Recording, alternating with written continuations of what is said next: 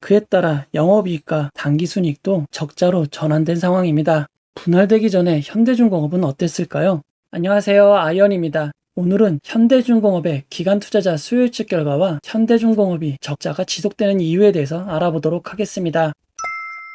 먼저 기본정보입니다. 청약과 관련된 일정 증권사, 증권사별 청약 한도는 저의 이전 영상을 참고 부탁드립니다. 현대중공업은 8개 증권사로 진행이 됩니다. 중복 청약 관련 문의가 많으신데 이제부턴 중복 청약이 되는 청약은 없습니다.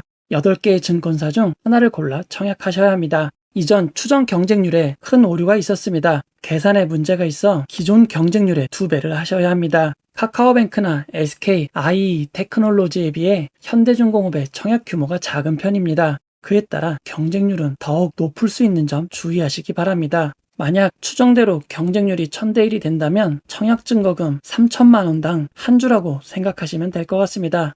이전 영상에서 방대하게 기업의 역사를 다루었습니다. 그 가운데 오해하신 분이 계실까봐 다시 한번 강조드립니다. 이번에 상장하는 회사는 현대중공업 지주의 손자회사가 되는 현대중공업입니다. 한국조선해양은 이미 상장되어 있는 회사입니다. 그리고 상장일이 변경되었습니다. 원래 상장 예정일은 9월 16일 목요일이었지만 오늘 상장일이 9월 17일 금요일로 변경이 되었습니다. 상장 다음 주부터 추석 연휴가 진행이 됩니다. 이 점 주의하시기 바랍니다.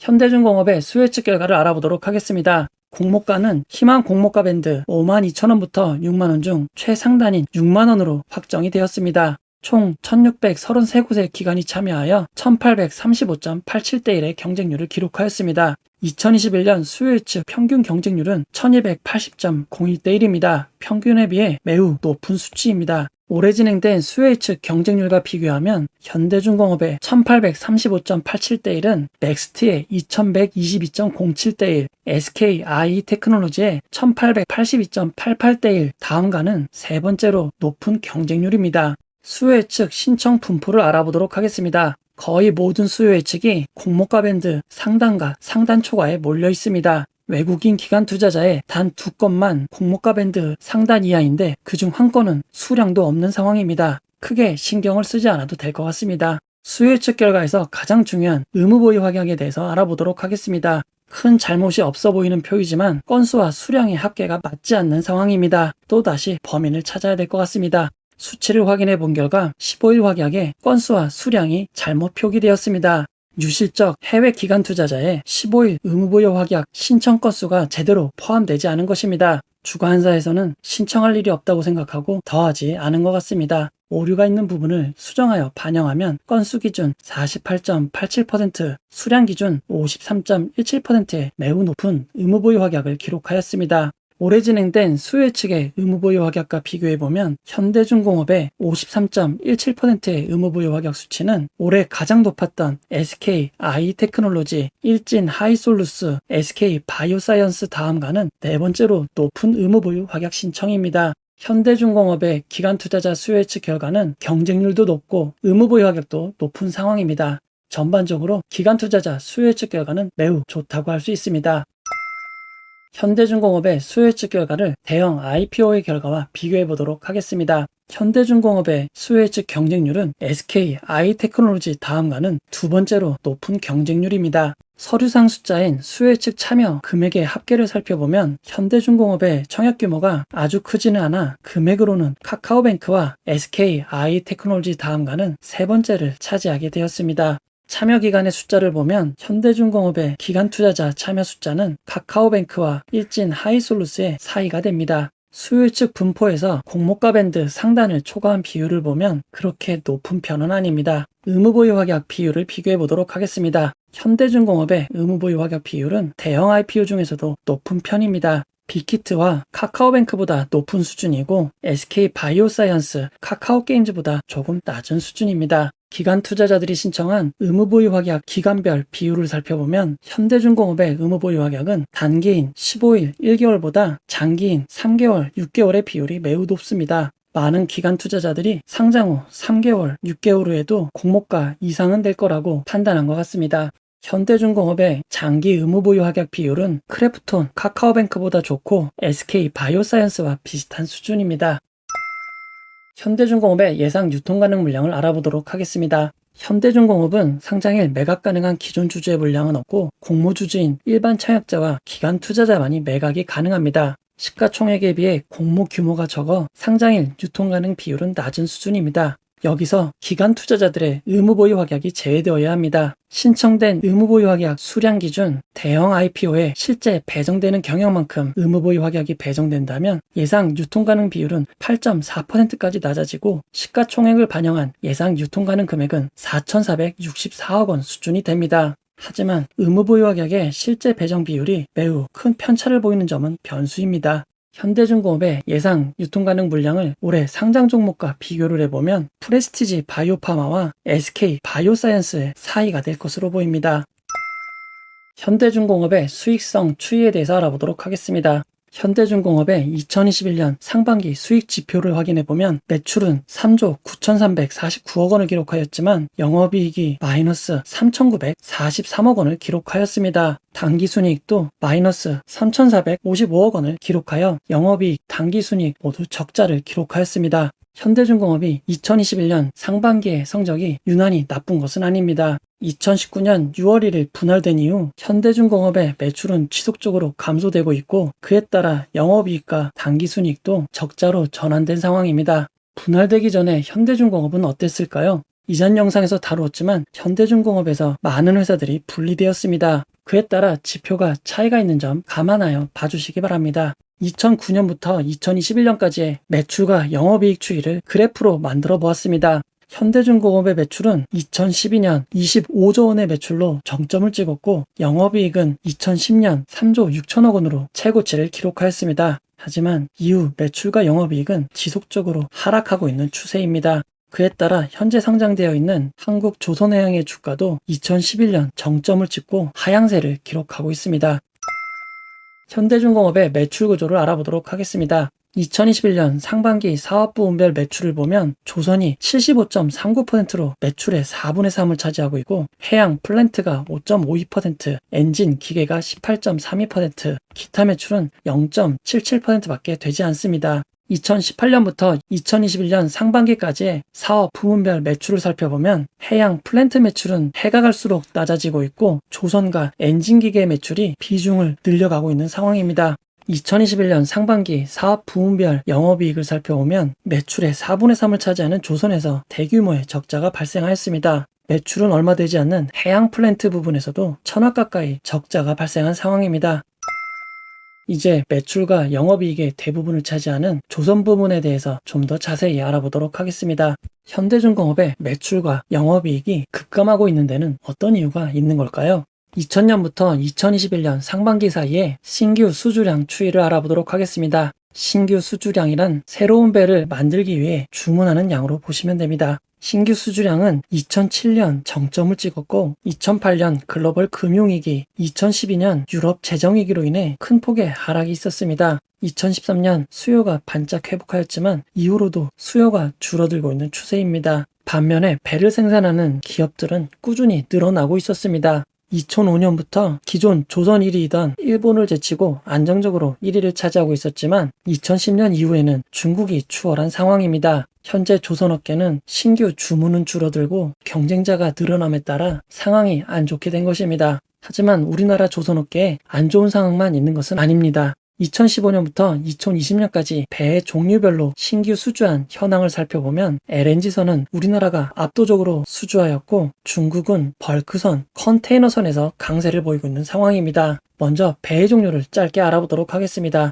컨테이너선은 말 그대로 컨테이너들을 나르기 쉽게 만들어진 배입니다. 컨테이너를 최대한 빨리 쌓고 빨리 내릴 수 있는 구조로 만들어지고 있습니다. 참고로 이 배는 우리나라 해운사인 HMM의 상트페테부르크 호위입니다. 길이가 400m나 되고 세계에서 가장 큰 컨테이너선입니다. 벌크선은 컨테이너로 되어 있지 않은 화물을 운반하는 선박입니다. 곡물이나 석탄, 철광석 등을 운반하는 데 사용되고 있습니다. 영화나 뉴스에서 많이 보셨을 텐데 해치를 열고 배 안에 가득 담은 후에 운송을 하는 것입니다. LNG선은 액화 천연가스인 LNG 운반선과 LNG를 연료로 하는 LNG 추진선으로 나뉘어집니다. 현재는 LNG를 운반하는 LNG 운반선이 더 많은 비중을 차지하고 있습니다. LNG, 액화천연가스는 기체 상태인 천연가스를 액체로 만들어서 부피를 625분의 1로 줄인 것입니다. 부피가 줄어들기에 같은 크기의 배가 훨씬 많은 천연가스를 운반할 수 있는 것입니다. 다만 천연가스를 액체 상태로 유지하기 위해선 영하 162도를 유지해야 합니다. 그만큼 배에 부가적인 많은 설비와 설계가 필요하게 됩니다. 배의 종류별 가격을 나타내는 지수를 살펴보면 LNG선의 가격이 컨테이너 벌크에 비해 훨씬 비싼 것을 알 수 있습니다. LNG선은 다른 선박에 비해 상대적으로 고부가 가치를 낼 수 있는 배인 것입니다. 전체적인 수주량은 중국 업체의 비율로는 조금 떨어졌지만 LNG선이 매우 고부가가치이기에 그나마 좋은 성적을 내고 있는 것입니다. 그리고 최근 신규 수주량이 조금씩 늘어나고 있습니다. 현대중공업의 2021년 신규 수주 목표와 실적 현황을 살펴보면 아직 6개월밖에 되지 않았지만 2021년 수주 목표의 96.2%를 달성한 것입니다. 조선 부분의 수주 목표도 84.3%를 달성하여 매우 좋은 상황으로 보입니다. 하지만 2016년부터 2021년 상반기까지의 우리나라 조선업체들의 수주량 추이를 비교해보면 상황은 그리 좋지 못한 것 같습니다. 2016년 2위 업체인 대우조선해양보다 6% 이상 수주를 많이 하여 1위를 차지했던 현대중공업은 2021년 상반기 1위를 삼성중공업에 내줬고 3위인 대우조선해양과는 2.11%밖에 차이가 나지 않은 상황입니다. 전체적인 수주량이 늘어남에 따라 목표는 달성하였지만 경쟁에서는 뒤처지는 것을 확인할 수 있습니다. 어찌되었건 현대중공업의 상반기 수주량은 매우 좋은 수준입니다. 그럼에도 2021년 상반기 큰 폭의 적자를 기록한 이유는 무엇일까요? 배와 설비를 만드는 데 필요한 주요 원재료들의 가격이 급상승했기 때문입니다. 배를 만드는 데 필요한 철판의 가격은 2020년 톤당 66만 7천 원이었지만 2021년 상반기에는 98만 8천 원까지 오른 상황입니다. 이렇게 철판의 가격이 오른 건 원재료인 철광석의 가격이 코로나 팬데믹 이후 급격하게 상승했기 때문입니다. 현대중공업이 배를 만들기 위해 매입하는 금액 중 철강이 24.3%나 차지하고 있는 상황입니다. 2021년 상반기 철강제의 가격은 끝없이 상승하는 추세였고 철강 가격이 더 인상될 걸 감안하여 4천억 원의 손실 충당금을 반영하였습니다. 하지만 최근 끝모르게 상승만 하던 철강석의 가격이 다시 하락하기 시작하였습니다.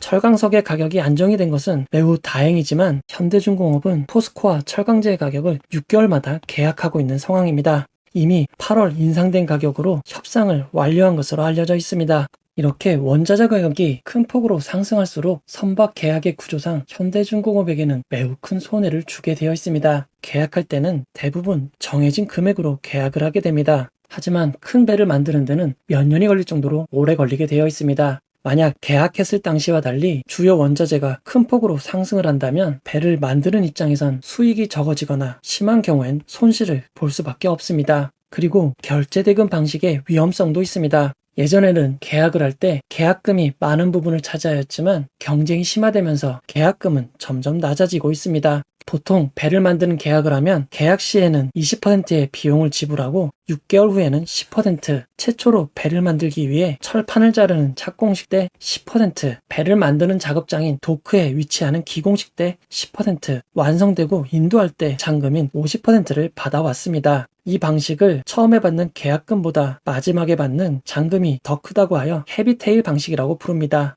예전에는 잔금이 50% 정도를 헤비테일이라고 불렀지만 수주 경쟁이 치열해지면서 배를 주문하는 입장에서 유리하고 만드는 입장에선 불리한 잔금 비율이 점점 커지고 있습니다. 현재는 계약금의 대부분을 배를 다 만들고 인도하는 시점에 가서야 받을 수 있는 것입니다. 이렇게 잔금 비율이 커질수록 금융위기 등의 상황에서 일부러 꼬투리를 잡아 배를 인수하지 않고 잔금을 지급하지 않는 경우가 발생할 수 있습니다. 이런 상황이 발생하면 매우 큰 손실이 발생하게 됩니다. 참고로 현대중공업 초기에 이런 인수거부가 발생하여 매우 큰 곤란을 겪은 적이 있습니다. 이렇게 인수거부되었던 배 3척이 자리만 차지하고 있으니 고 정지혁 회장님이 빡쳐서 이 배를 활용하고자 만든 게 현재 H&M의 전신인 아세아 상선입니다. 급격한 위기 시에는 계약 조건에 따라 큰 손실이 발생할 수 있는 점 주의해야겠습니다.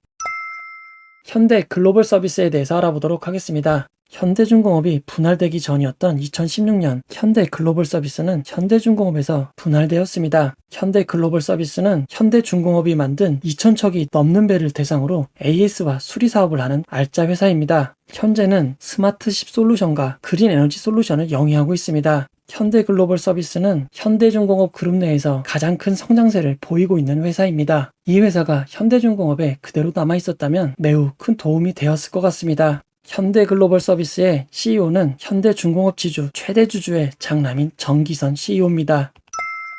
결론을 내려보도록 하겠습니다. 현대중공업의 수요 예측 결과는 기관 투자자들의 경쟁률도 높고 의무보유 합약도 높아 매우 좋은 편입니다. 다만 공모가를 초과하여 신청한 비율은 타 대형 IPO 대비 낮은 수준입니다. 기관 투자자들은 공모가를 매우 적정하게 생각한 것으로 판단할 수 있을 것 같습니다. 그래도 장기간 의무보유 확약인 3개월, 6개월 의무보유 확약이 많은 점은 큰 장점입니다. 현대중공업 매출의 4분의 3을 차지하는 조선 쪽의 신규 수주량은 2007년을 정점으로 하락하고 있습니다. 중국의 건조 능력이 늘어남에 따라 경쟁이 심화되어 안 좋은 상황입니다. 대금 지급 조건도 점점 안 좋아지고 있고 최근 철강 가격 인상의 여파로 대규모 손실을 기록하였습니다. 그럼에도 고부가가치인 LNG선 관련해선 우위를 점하고 있는 상황입니다. 최근 선박의 가격이 인상되어 원가 인상을 전가할 수 있게 된 건 긍정적이지만 실제 매출에 반영되려면 계약 구조상 2년 이상은 걸릴 것 같습니다. 그리고 현대중공업 그룹의 지난 횡보를 보면 최대 주주 외의 주주들에게는 믿음을 갖기 어려운 상황입니다.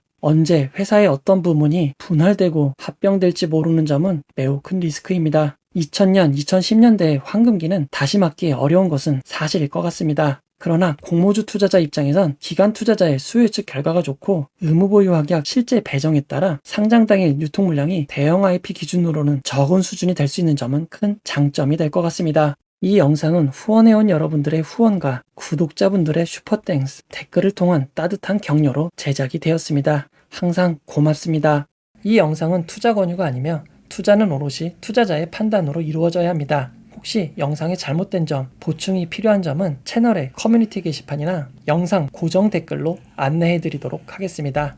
이 영상을 봐주셔서 고맙습니다.